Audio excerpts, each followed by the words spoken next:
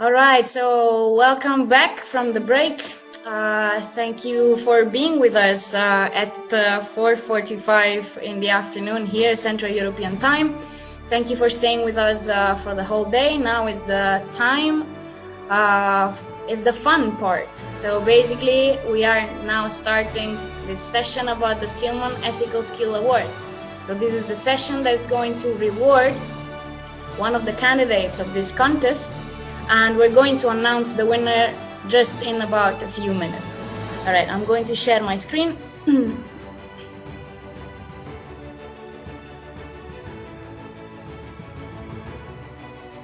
All right, so what is the Ethical Skill Award? So basically, Skillman has been launching this initiative for many years, and it's an initiative that celebrates and recognizes example of excellence in activation of the ethical skills across different environments and different cultures. So every year we launch this contest that is open to everyone, and that is free of charge, of course, and we ask for contributions for our candidates. This year the deadline to submit the candidatures was November the 30th, and the winner is going to be announced in this session. So the targets for this specific contest are educational institutions, companies, students and workers, teachers, tutors, trainers, and educational professionals. This year we have received many contributions, many videos that showcase how the activation of skills takes place around the world. So thank you, first of all, very much for submitting your videos. Thank you for all the participants of the contest, first of all. And yes, it is time to move on and see who is the winner of this year contest. We have a committee member, the chief committee member, who was asked to evaluate the proposals that we received, because the proposals were really a high number. We received many videos, and 2 of those videos were selected. You can see them now. The first video who was selected is from Abdullah Al-Araf from Bangladesh.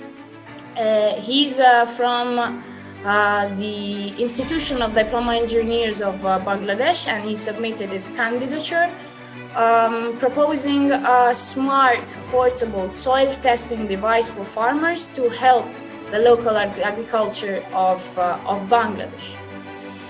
The second candidature that was selected was from Jose Antonio Barros, and his proposal was tackling an endangering problem, a challenge that is affecting the whole modern world, I guess, which is pollution. So those 2 candidatures were selected by our committee members according to an evaluation system that, if you're interested to know, is published on our official website.